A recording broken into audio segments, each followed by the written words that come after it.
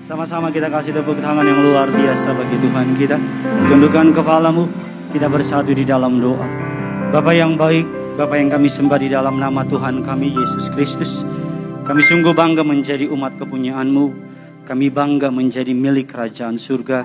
Kami mengucap syukur kami boleh berada di gereja-Mu yang suci kudus, Gereja Tiberias Indonesia. Gereja yang Tuhan perintahkan langsung gembala sidang kami Pendeta Pariaji bersama dengan Ibu Darniati untuk mengembalikan kuasa di akhir zaman. Untuk menyuruhkan manusia harus suci dalam berpikir, suci dalam perkataan, suci dalam perbuatannya. Untuk kembali mengembalikan kuasa. Bahwa di akhir zaman ini sungguh Tuhan masih terus bekerja. Bahwa keadaan boleh makin sukar, tapi justru mukjizat kuasa-Mu makin hebat lagi dinyatakan dalam hidup kami.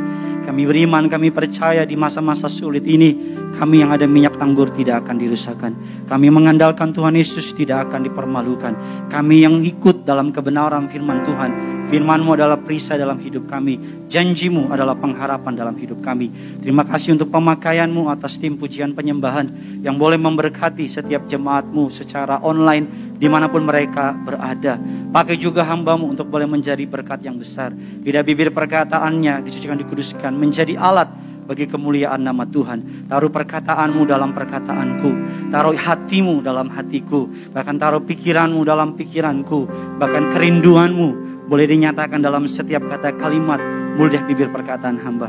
Jaringan yang kami pakai disucikan, dikuduskan dengan darah Yesus. Tidak ada penghalang, tidak ada gangguan. Bahkan kami berdoa, siang hari ini kami mengalami perjumpaan dengan Tuhan. Kami mengalami pengurapan dari Tuhan. Hari pertama bulan Agustus ini kami mau bersama dengan Tuhan. Kami mau memulai bersama dengan Tuhan. Karena kami tahu apa yang kami mulai dengan Tuhan akan kami akhiri dengan kemenangan. Allah Roh Kudus, Engkau disambut di tengah-tengah kami.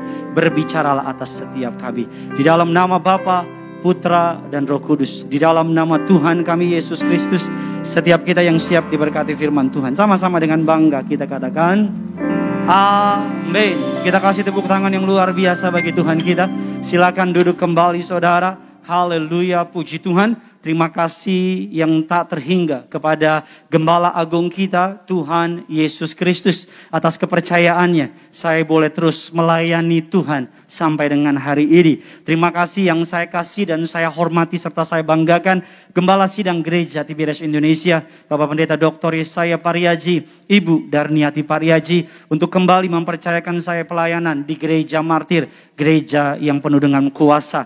Terimalah salam dari mimbar ini. Shalom Tiberias. Lebih semangat lagi, 1, 2, 3. Shalom Tiberias. Apa kabar semuanya saudara? Tuhan Yesus itu baik, amin. Saya boleh melihat tangan-tangan yang diberkati Tuhan Yesus, bisa lambaikan tangan saudara.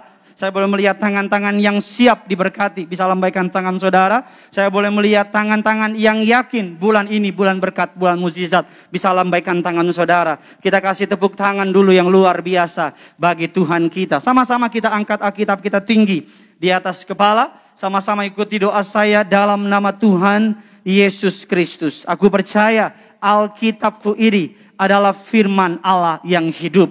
Aku adalah sama seperti yang dijanjikannya. Aku adalah sama seperti yang difirmankannya. Aku yang terima firman Tuhan.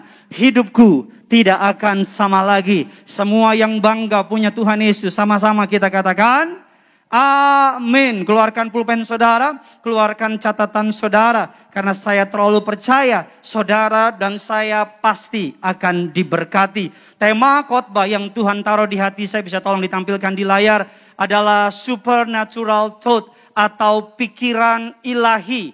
Pikiran ilahi. Minggu lalu kita membahas mengenai reset your mind atau bersihkan pikiran saudara. Kita membahas ada 3 kebenaran dikatakan. Mengapa kita perlu memperhatikan pikiran kita? Karena pikiran kita menentukan hidup kita. Yang kedua, karena pikiran kita adalah battleground of sin atau medan pertempuran dari dosa. Dan yang ketiga, karena pikiran kita the key of happiness and peace. Karena pikiran saudara dan saya adalah kunci untuk kebahagiaan, kunci untuk yang namanya damai sejahtera. Orang bijak mengatakan, kuasai pikiranmu, maka engkau akan menguasai duniamu. Orang bijak juga mengatakan bahwa aset terbesar dalam kehidupan manusia bukan duitnya, bukan hartanya, bukan jabatannya, tapi pikirannya. Ada banyak orang ketika keadaan tidak berjalan seperti yang dia mau, dia langsung buru-buru mau mengubah apa yang harus saya perbuat. Kalau keadaan tidak berjalan sesuai dengan yang dia mau, dia langsung pengen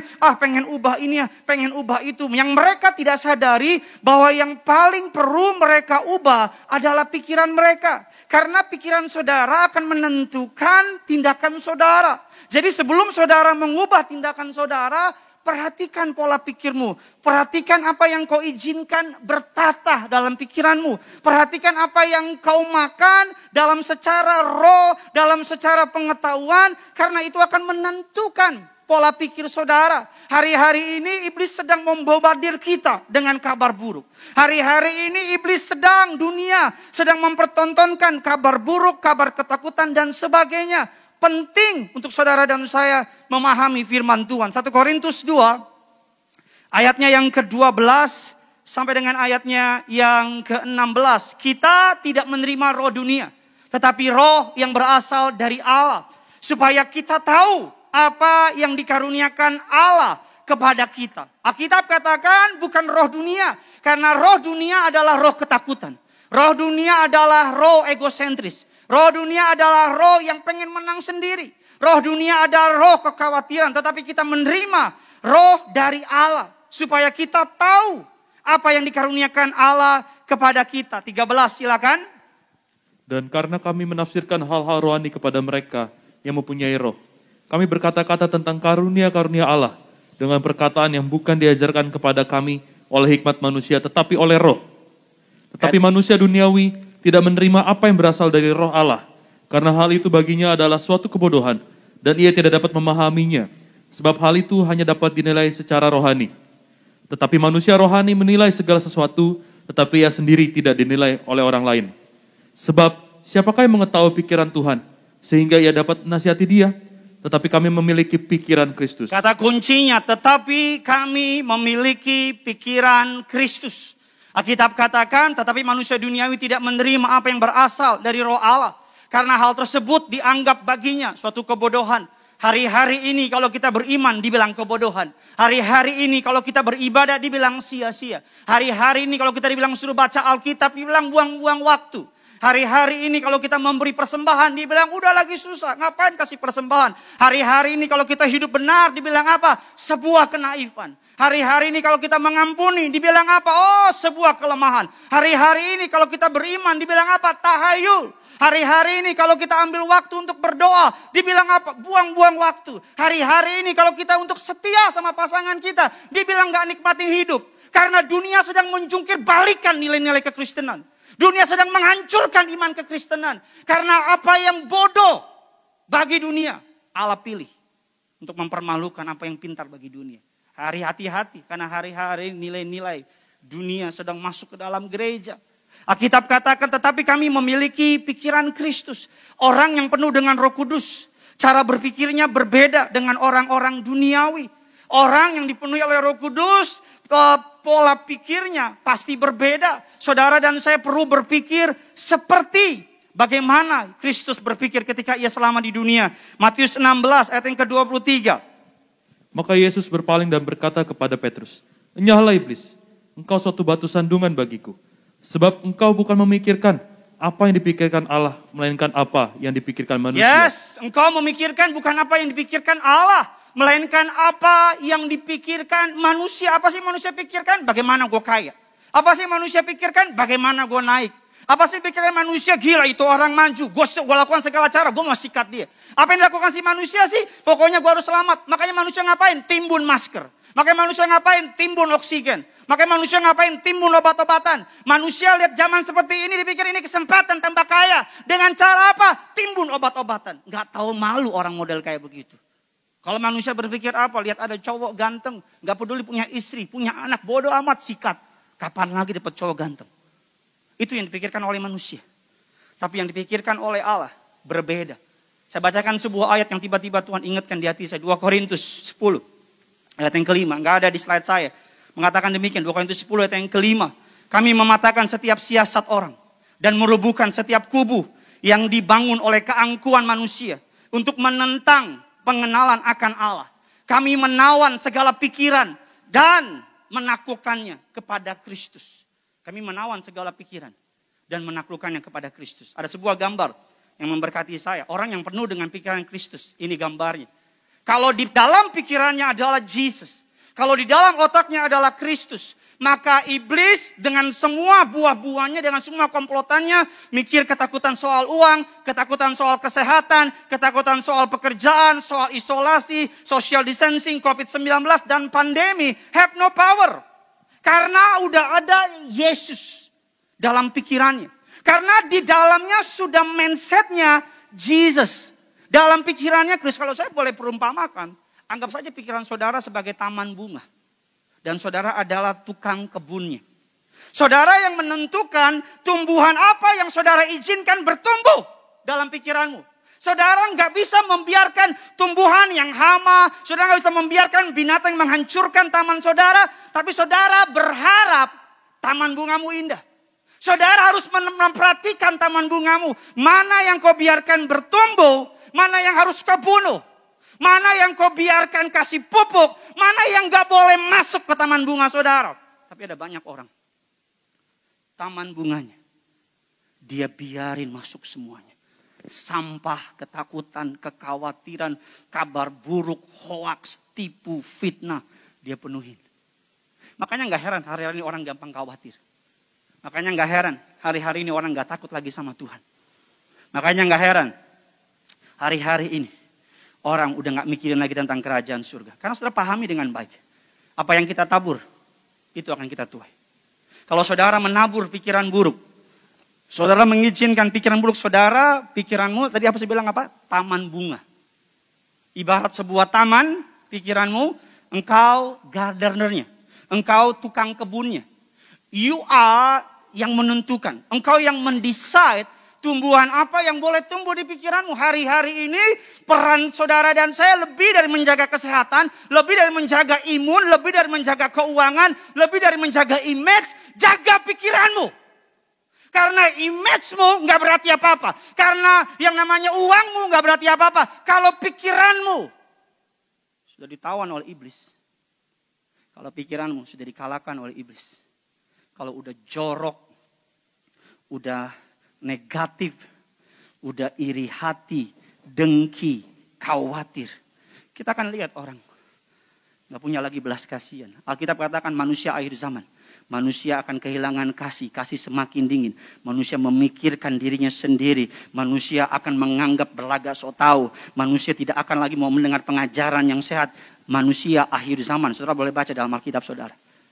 Karena pikiran mereka penuh dengan hal-hal. Makanya hari ini kita akan belajar. Apa yang saudara dan saya perlu izinkan. Apa yang saudara dan saya perlu tanam. Jadi inti khotbah saya hari ini, kalau pikiranmu adalah taman bunga, engkau adalah tukang kebun. Engkau yang menentukan bunga apa yang mau kau tumbuhkan di taman bungamu. Engkau yang menentukan apa yang ingin kau bangun di rumahmu. Engkau yang menentukan apa yang kau izinkan bertumbuh dengan suburnya dalam taman bungamu, dalam pikiranmu. Ada 5 kebenaran, kita cepat saja. Kebenaran yang pertama, kalau saudara melakukan ini dan mengingatnya dan memegang, kita katakan mengkalungkan dalam roh hatimu, maka engkau akan tetap bisa melihat perkara-perkara hebat dalam kehidupan saudara. Saudara siap diberkati? Coba yang siap diberkati bisa antarkan saudara dulu. Kita kasih tepuk tangan dulu yang luar biasa. Yes, mantap jiwa. Kita berdoa besok PPKM tingkat 3. Tingkat 3, tingkat 2, tingkat 1. Dan engkau dan aku kembali berjumpa. Bertemu muka dengan muka. Sekarang kan bertatap virtual. Bukan bertatap muka. Biasa ketahuan. Ini gak ada yang ketawa. Yang pertama, apa yang saudara izinkan untuk saudara tanam dalam pikiran saudara. Yang pertama, I am in God's story. Saya ada di dalam rencana Tuhan yang indah. Tanamkan dalam pikiran saudara bahwa apapun keadaanmu hari ini, Tuhan sedang menuliskan sebuah cerita yang indah bagimu dan bagiku. Katakan amin. Katakan yes. Walaupun air mata jatuh di pipimu, walaupun kau sedang terkapar, isoma Tuhan. Walaupun kau baru dipecat, walaupun keadaan sedang getting worse, walaupun dunia seakan-akan sedang menantang engkau, tanamkan engkau berada dalam ceritanya Tuhan. Tuhan adalah sutradara terbaik dari semua cerita di Hollywood. Dia akan membuat ending yang indah buat saudara. Engkau dan aku dalam ceritanya Tuhan. Jangan takut. It's just a chapter. Not the whole story. Ini cuman satu bab yang kurang baik. Tapi bukan judul. Judul bukunya apa? Judul bukunya. Yang punya surga. Crazy in love with you. Walaupun di dalam adegannya. Ada adegan dikhianatin. Walaupun dalam partnya. Ada part orang yang kau kasih ninggalin kau. Walaupun dalam adegannya ada lembah kekelaman. Don't worry. Endingnya, dia akan buat menjadi indah. Katakan amin. Dikatakan demikian, rencana Tuhan sempurna. Allah campur tangan. Peristiwa hidup bila dilihat terpisah, tampaknya buruk.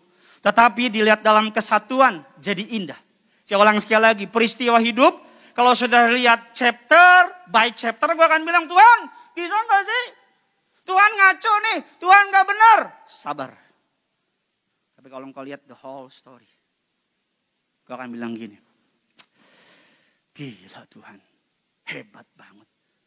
Makanya kalau nonton film, kita kan suka gitu kan. Nonton film, pasti mati nih. Sabar. Gak ada film Hollywood, film Bollywood, film hood yang lain. Langsung mulai jagoannya muncul, langsung mati musuhnya. Gak seru filmnya. Di mana-mana film itu jagoannya menderita, jagoannya dihajar. Abis itu apa? Menang. Gak ada. Makanya sabar. Kalau baca buku, kalau belum tahu endingnya, sabar. Makanya saya kalau baca buku paling senang apa? Saya langsung buka bagian belakang. Oh begini endingnya. Ya kan? Sabar. Kemarin saya nonton final Liga Eropa. Europe. Italia versus Inggris. Menit kedua apa ketiga. Inggris umpan kanan langsung look show. Boom! Gol! Abang saya langsung WA saya. Mati nih Itali. Dibantai katanya. Wah ini mah dibikin kayak Denmark 4-0, 3-0. Saya bilang sama abang saya. It's just a beginning. Not the whole story. Sedap. Abang saya bilang, kita lihat nanti. 1-1, penalti. Itali menang. Numero 1. Ya kan? Final Liga Champion. MU versus Bayern Munchen. Menit 91 plus 1. 0-1. Presiden UEFA, Presiden FIFA udah naik lift di belakang untuk kasih piala sama Bayern Munchen. Di pikiran mereka, Munchen yang juara Liga Champion. Tapi ketika keluar dari lift, presidennya kaget. Loh, kok pendukung MU yang seneng? Karena di menit 92, 93 kalau saya nggak salah, Sir Alex Ferguson mengeluarkan Ole Gunnar Solskjaer sama satu lagi itu, Teddy Sheringham. Dikeluarkan, bukan boneka Teddy ya. Teddy Sheringham. 2 gol dalam 2 menit. MU juara.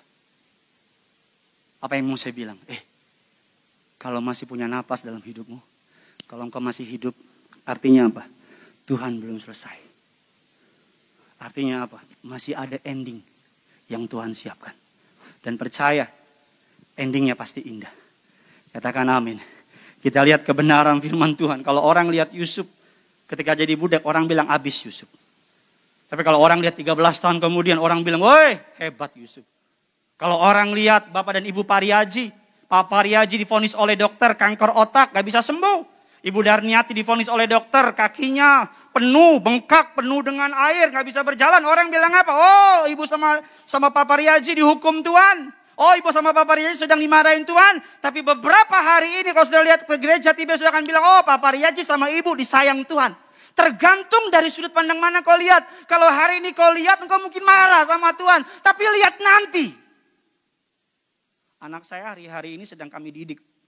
Karena saya bertumbuh besar dalam keadaan penuh kekurangan. Penuh dengan penderitaan, jualan koran, jualan es dan sebagainya. Tapi anak saya bertemu dengan penuh kebahagiaan. Penuh kenikmatan. Berlimpah susu dan madu, anak pendeta. Ya kan, mainannya banyaknya minta ampun. Ya kan, karena opungnya, omanya, istri saya, bukan istrinya, hampir istrinya. Istri saya, wih beli mainan di mana-mana. Dari mulai Bistayo, Baby Bus, Cocomelon, dan Coco Channel, dan lain-lain. Kemarin kami lagi latih anak saya berapa bulan yang lalu, umur 1 tahun. Anak saya sekarang usianya hampir mau 3. Untuk gak pakai empeng, dot. Wah, nangis dia. Nangis, gak bisa tidur. Saya bilang sama anak saya, "Nak, kalau kamu masih kecil pakai empeng, menggemaskan. Kalau udah 17 tahun pakai empeng, mengenaskan, Nak." Sekarang lagi kami latih untuk gak pakai pampers. Hari pertama, kedua, pipis di celana. Saya harus keras sama dia. Karena untuk kebaikan dia di masa depan. Mungkin hari ini engkau ada dalam chapter, Tuhan lagi didik. Tuhan lagi proses. Kalau istilah kita di Tiberias, oil press. Lagi di-press sama Tuhan. Lagi dibejak. Relakan hatimu. Jangan marah. Bibirmu jangan moncong 5 cm. Sabar. Seperti bejana di tangan penjunan agung. Dia sedang bentuk. Kalau semakin kau lawan, semakin hancur. Tapi kalau kau bilang, Tuhan, I am in a God story. Saya berada dalam ceritanya Tuhan. Saya tahu. Ending dari cerita yang Tuhan buat pasti indah. Anak-anak muda yang sedang cari pasangan hidup, sabar. Jangan diskon besar-besaran. Jangan ketemu orang pakai baju single, belakangnya ready to mingle. Jangan pakai baju jadikan aku yang kedua. Jangan, maaf ya, apalagi perempuan. Ingat, perempuan dikejar. Laki-laki mengejar. Makanya dalam ilmu biologi, sel telur itu yang ngejar sel sperma. Nggak pernah ada ceritanya telur cari sperma. Itu namanya sel telur kerasukan setan. Ingat, sabar, tunggu waktumu. Dia akan buat kisah cinta yang indah buat saudara. Kasih tepuk tangan yang luar biasa buat Tuhan kita. Yang kedua, kita akan belajar, kita cepat saja. Apa kebenaran apa yang ingin saudara dan saya tanamkan dalam pikiran saudara. Yang pertama, I am in a God story. Yang kedua, I am fearfully and wonderfully made. Tuhan menciptakan saudara dan saudara dengan sangat dahsyat dan sangat ajaib. Ingat, saudara berada pikiranmu taman bunga. Engkau adalah the gardener, engkau adalah tukang kebunnya. Perhatikan apa yang kau izinkan bertumbuh di pikiranmu. Tanamkan kebenaran yang pertama, bahwa engkau berada dalam ceritanya Tuhan. Yang kedua, bahwa engkau diciptakan dengan sangat dahsyat dan sangat ajaib. Mazmur 139, 13, 14, silakan. Sebab engkaulah yang membentuk buah pinggangku, menenun aku dalam kandungan ibuku. Aku bersyukur kepadamu oleh karena kejadianku dahsyat dan ajaib. Ajaib apa yang kau buat dan jiwaku benar-benar menyadarinya. Ajaib apa yang kau buat dan jiwaku benar-benar menyadarinya. Istilah Inggrisnya itu jaws drop atau gini nih, sedikit ya buka ya gini. Gitu. Jadi ketika orang lagi lihat tenang, udah di tes semua di sini, begini. Jadi kalau sudah lihat yang keren gini, kaget, ya kan? Gantung juga sudah lama kan muka di sini. Iya, kalau saudara lihat sesuatu yang keren gini kan, gila keren banget. Nah, Tuhan menciptakan saudara, mengapa dibilang keren banget? Karena dari image-nya dia, dari gambarnya dia. Dari gambarnya imago Dei, image of God, engkau diciptakan oleh Allah. Kita cepat saja, apa buktinya engkau diciptakan dengan sangat ajaib. Rata-rata tubuh manusia itu luar biasa. Rata-rata panjang pembuluh darah manusia mencapai 96.000 kilometer. Sama dengan 2,5 kali keliling bumi pembuluh darah manusia. Dikatakan bukan kedua, impuls saraf bergerak dari menuju otak dengan kecepatan 400 km an hour. Jauh lebih cepat dari mobil Formula One. Berikutnya, manusia dewasa terdiri dari 7 oktalion atom. Sebagai perbandingan, alam semestanya memiliki 300 miliar bintang. Itu Milky Way itu, Bima Sakti, tata surya. Lebih banyak saudara dan saya yang namanya atom dalam tubuh saudara. Jika otak manusia adalah sebuah komputer, ia bisa memproses 38 triliun tugas setiap detiknya. Superkomputer terkuat saat ini, Blue Gene Saret Benyamin Simanjuntak. Blue Gene hanya mampu memproses 0,002%-nya saja. Jadi nggak ada istilah kita bodoh. Itu dunia yang kasih cap sama saudara, engkau bodoh. Enggak, engkau nggak bodoh. Engkau malas aja. Nggak bisa tidur, Tuhan pandai. Pandai apa? Pandai ngayal, iya. Belajar.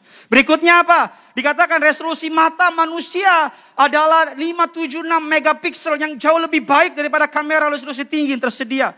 F, rata-rata manusia dapat berjalan 100.000 mil atau 160-93 kilometer selama hidup mereka, yang seperti berjalan mengelilingi bumi 5 kali. Berikutnya jantung, pompa ajaib yang memompa mengalirkan 4, liter darah, 2.400 liter darah setiap jam, 24 jam sehari. Saudara punya pompa air di rumah, gak akan bisa bertahan puluhan tahun, 24 jam sehari. Jantung saudara gak pernah terlambat memompa darahnya. Dia gak pernah terlambat bang, udah mati kita. Berikutnya paru-paru, kita mengembang-mengempis 18 kali per menit, 1080 kali per jam, 25.000 kali sehari, 9 juta tiap tahun. Orang beli oksigen sekarang berapa? Terbaru kalau saya nggak salah 6,3 oksigen. Wih, Tuhan tuh baik loh. Kalau Tuhan suruh bayar kita oksigen, miskin mendadak semua. Miskin. Tiap kali aku tarik nafas nih, itu anugerah. Tiap kali kau buang napas, bukan buang angin ya. Buang angin itu, tapi sekarang kalau buang angin bisa cium kan, bau loh. Puji Tuhan, sehat berarti. Tapi kalau kok gak cium baunya? Berarti ada masalah. Ya kan saudara. Berikutnya, permukaan paru-paru sebesar setengah lapangan tenis. Menurut sebuah artikel Frontiers in Pharmacology, beberapa ahli memperkirakan ruas permukaan paru-paru termasuk bagian alveolionya bila dibentangkan setengah lapangan bulu tangkis. Bahkan ada orang bilang sebesar lapangan tenis. Paru-paru yang kecil tuh yang kalau dibentangin kurang lebih sebesar atau setengah bulu tangkis. Berikutnya, lidah bisa mengecap ribuan rasa. Asam, manis, rame rasanya. Manis, asam, rame rasanya. Yang tahu itu seumuran sama saya. Yang gak tahu, generasi X, generasi Z. Bayangin. Kok tiap kali makan nih. Asem banget. Ngucap syukur gak? Pedas banget. Ngucap syukur gak? Tiap kali kau bangun. Morning. Kau malah ambil HP-mu. Beb, udah bangun belum? Yang pertama kau sapa harusnya Tuhan. Thank you. Saya kalau bangun sama istri sama anak saya, ayo gini lipat tangan. Bilang Tuhan Yesus, gini udah bangun, amin, amin. Gini mau tidur, Tuhan Yesus, gini mau tidur. Kan gini belum mau tidur. Doa dulu Bambang, ayo bareng tidurnya. Saya ajar anak saya untuk tahu diri sama Tuhan. Di saat banyak orang tergeletak, dipanggil Tuhan. Kau masih bernafas. Jangan ngomong, saya susah. Ucap syukur dulu. Berikutnya, apa yang perlu kita tanamkan? Yang pertama, you are in the God story. Yang kedua, engkau diciptakan dahsyat dan ajaib. Kebenaran. Yang ketiga, my life has a purpose. Hidup saya memiliki tujuan. Efesus 2 ayat yang ke-10. Silakan. Karena kita ini buatan Allah, diciptakan dalam Kristus Yesus untuk melakukan pekerjaan baik yang dipersiapkan Allah sebelumnya. Ia mau supaya kita hidup di dalamnya. Apa kebenaran apa yang perlu saudara tanam dalam pikiran saudara? Kalau pikiran saudara seperti sebuah taman, engkau adalah tukang kebunnya, engkau adalah gardenernya, engkau adalah penanggung jawab dari pikiran saudara. Atau kalau pikiran saudara seperti rumah, engkau yang menentukan siapa yang boleh bertamu di rumahmu. Engkau yang menentukan siapa yang boleh masuk ke rumahmu. Jangan biarkan orang asing masuk ke rumahmu. Jangan biarkan orang jahat masuk ke rumahmu. Bahkan jangan pernah biarkan orang yang masuk ke rumahmu cuma buat ngacak-ngacak rumahmu. Tapi bitter truth-nya, kebenaran yang menyedihkannya, ada banyak orang membiarkan rumahnya, pikirannya dirampok habis-habisan oleh ketakutan. Kita buka pintu besar-besar rumah kita. Pikiran kita dibuka pintu besar-besar. Kita izinkan ketakutan masuk. Ayo masuk ketakutan, ayo. Silakan hancurin. Kita biarin iri hati masuk. Ayo iri hati, masuk. Kita biarin dengki, kebencian. Kita biarin, kalau udah mulai masuk yang namanya iri hati, ketakutan, dia akan bawa teman-temannya. You name it. Iri hati, kebencian, semua dia akan bawa. Dan saudara jamu dia. Dan mereka masuk ke dalam kamar rumah, hancurin hidup saudara. Dan saudara baru undang Tuhan, terlambat. My life has a purpose. Hidup saya punya tujuan. Apa tujuannya? Karena kita ini buatan Allah. Engkau buatan Allah loh. Anda bukan sebuah kecelakaan. Walaupun orang tua saudara bilang, sebenarnya nggak niat sih, saya anak ke-7 dari 7 bersaudara. 1 orang meninggal ketika saya masih kecil. Saya, kata mama saya, adalah sebuah dalam tanda kutip karena mama saya sudah KB. Udah gak mau punya anak lagi. Jadi udah gak mau punya anak lagi, and all of a sudden tiba-tiba mama saya dicek, hamil. Tapi apa yang mau saya bilang sama saudara? Mama saya bilang sama saya, orang bilang kecelakaan, mama saya bilang enggak. Karena kalau sampai Tuhan izinin hamil, pasti ada sesuatu. Makanya jangan pernah doing aborsi. No, jangan. Kalau udah Tuhan kasih. Tapi yang lalu-lalulah. Kalau engkau pernah gugurin kandungan, bertobat. Udah lalu-lalu, udah masih ingat-ingat lagi. Saya lahir, gak direncanain. Tapi saya mau bilang sama saudara, saya bukan kecelakaan. Gak ada istilah, maaf ya. Gak ada istilah, karena anak gak minta dilahirin. Orang tua. Makanya gak ada istilah, maaf ya, ini maaf jangan marah sama saya. Gak ada istilah misalnya, anak gak diinginin. Tuhan izinin dia lahir. Engkau bukan kecelakaan. Dari ayat ini, engkau bukan kecelakaan. Dan yang kedua, dari ayat ini. Untuk melakukan pekerjaan yang baik, yang dipersiapkan Allah sebelumnya. Tuhan memiliki rancangan yang besar bagimu. Dari 2 ayat, dari 1 ayat ini, dari 1 verse ini, kita tahu kebenaran 2. Bahwa engkau bukan kecelakaan, dan dia punya rencana yang besar bagimu. Saya gak peduli orang tuamu bilang kau akan gagal. Saya gak peduli teman-teman bilang kau gak akan berhasil. Saya gak peduli apa masa lalumu. Kalau engkau mau bertobat dan datang sama Tuhan. Kalau engkau mau bertobat dan mau serahkan hidupmu sama Tuhan. Orang boleh bilang kau produk gagal. Orang boleh bilang kau dari keluarga broken. Orang boleh bilang dari keluarga gak benar. Orang boleh bilang kau dari keluarga ngaco. Orang boleh bilang kau orang miskin, orang susah. Terserah judul orang. Tapi Tuhan kasih judul engkau bukan kecelakaan. Dia punya rencana yang besar bagi saudara. Kasih tepuk tangan bagi Tuhan kita. Kita cepat saja. Apa sih rencana Tuhan dalam hidup saudara? Rencana Tuhan yang pertama, my purpose in life is to glorify God. My purpose in life is to glorify God. Poin yang pertama, my purpose in life to praise and worship God. Screenshot saudara, foto. Ini tujuan hidup saudara, orang percaya. Tujuan saudara yang pertama untuk memuliakan Tuhan. Tujuan kehidupan saudara yang kedua untuk menyembah dan memuliakan Tuhan. Tujuan saudara yang ketiga dalam hidup ini untuk bertumbuh dalam karakter, buah-buah roh, kasih, sukacita, damai sejahtera dan sebagainya. Tujuan hidup saudara untuk memberitakan tentang kasih Kristus kepada orang banyak.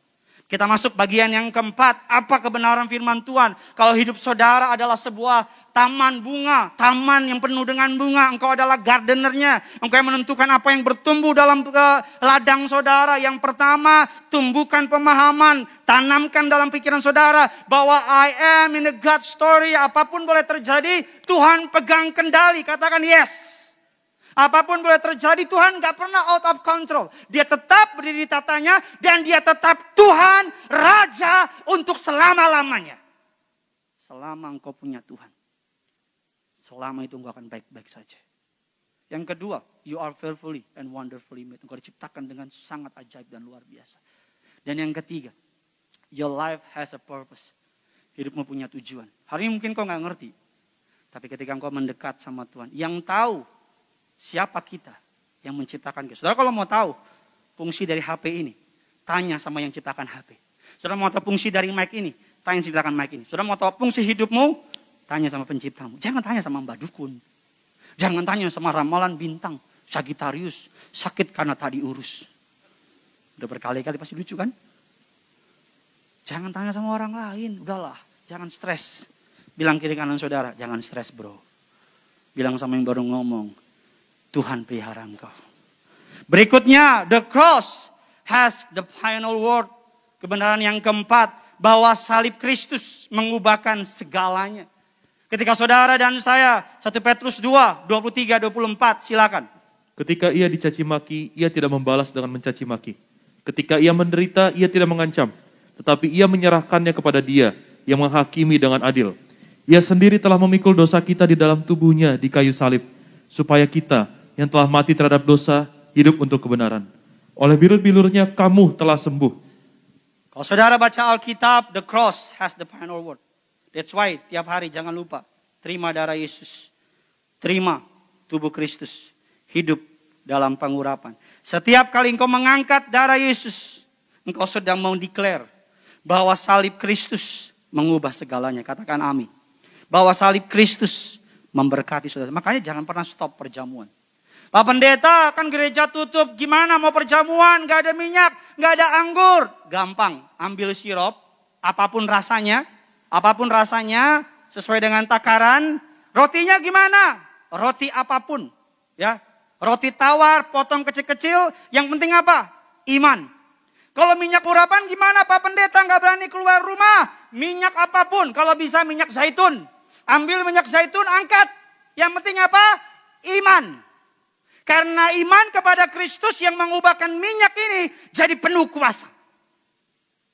Iman kepada Kristus, kepada kematian. Makanya jangan pernah stop. Saya sekarang sama istri, sama keluarga, style YouTube, cari Papa Riyadi sama ibu, ikut perjamuan. Dalam nama Yesus ikutin. Rabu, ikut perjamuan. Masa-masa kayak gini apalagi yang bisa kita lakuin? Ya perjamuan. Yang kelima, yang terakhir, cuma musik boleh siap-siap. Kebenaran apa? Kalau tubuhmu, pikiranmu adalah sebuah taman.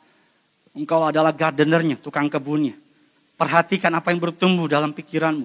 Perhatikan apa yang bertumbuh dalam hidup saudara. Minggu depan kita akan membahas sebuah tema khotbah yang lebih menarik lagi.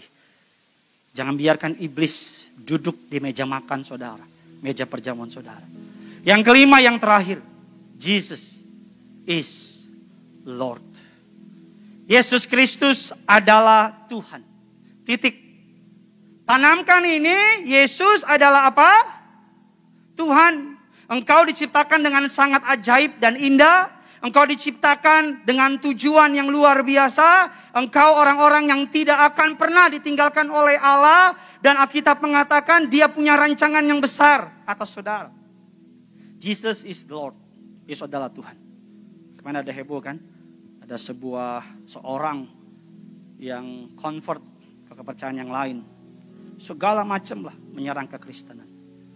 Ada banyak orang DM saya. What do you think pastor about orang ini? Saya cuma bilang sama dia. Ada banyak orang hebat melakukan kegiatan agamawi. Tapi kehilangan relationship sama Tuhan. Kekristenan bukan sebuah kegiatan agamawi. Tapi hubungan sama Tuhan. Ada sebuah kesaksian. Gereja Tiberias adalah gereja yang punya kekhususan. Kalau saudara ikutin baptisan selam gereja Tiberias, misalnya yang dibaptis kurang lebih minimal setiap kali baptisan 300, 200. Itu minimal 10-15% orang-orang Bani Kedar, orang-orang dari agama lain. Dari divisi yang saya dipercayakan oleh gereja, untuk saya layani, untuk saya pimpin, namanya Tiberias Choir. Kurang lebih ada 5-6 orang dari agama seberang yang terima Yesus. Kesaksian yang saya bagikan sama saudara adalah seorang anak choir Balai Sarbini namanya Jody. Jody ini saudara, dia adalah seorang dari agama seberang, Bani Kedar. Bukan orang percaya. Dikatakan saudara, saya harus baca biar saya nggak salah, nggak misleading kesaksian.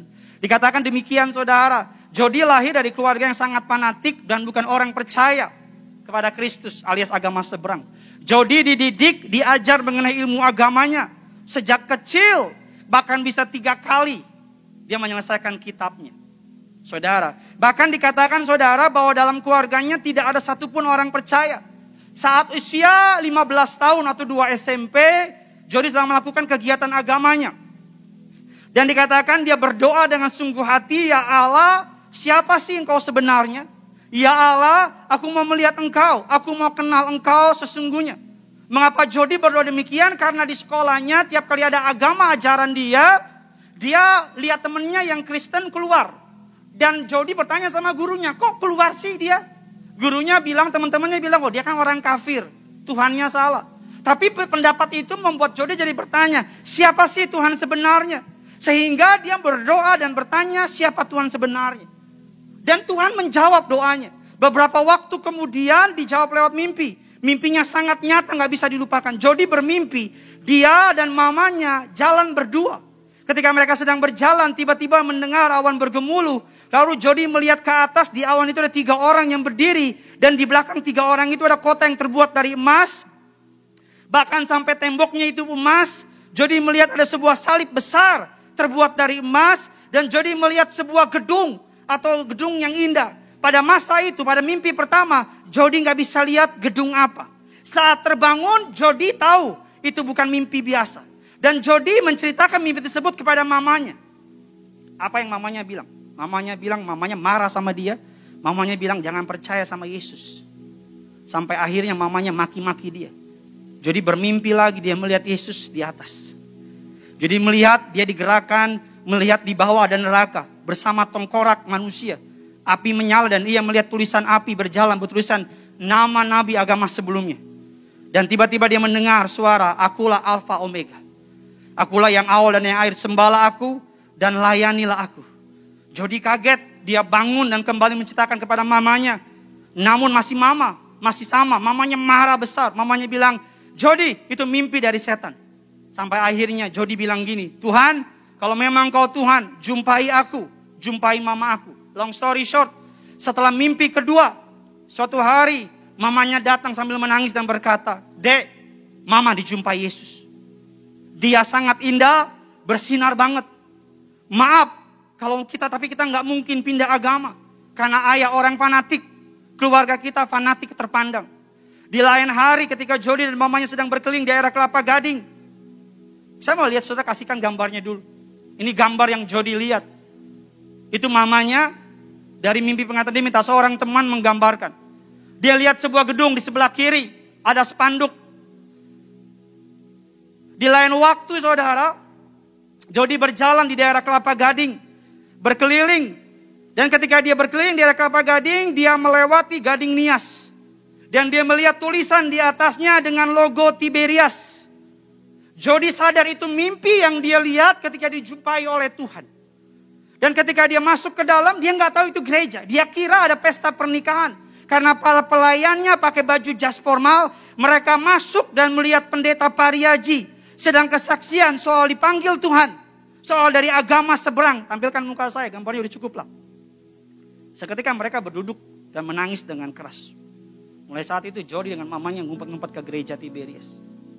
Dan berikutnya, putuskan untuk pindah. Papa mamanya marah besar. Papanya, suaminya marah besar. Bahkan kakaknya Jody marah-marah sama dia.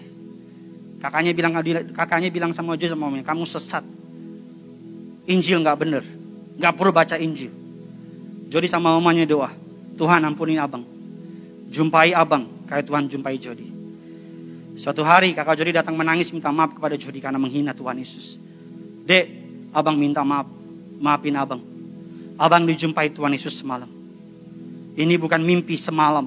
Seakan-akan nyawa abang mau dicabut hampir meninggal. Tiba-tiba Tuhan Yesus muncul. Dia sangat terang. Abang langsung sujud menyembah dan minta ampun. Tiba-tiba sakit abang hilang. Abang mulai hari ini mau ikut kamu dan mama ke gereja. Gambarnya lagi. Ini gambarnya. Jesus is Lord. Yesus adalah Tuhan. Dia melihat Yesus. Dan dia melihat di sebelah kiri. Gedung dengan tulisan Tiberias. Kita kasih tepuk tangan yang luar biasa bagi Tuhan kita. Tutup Alkitab kita.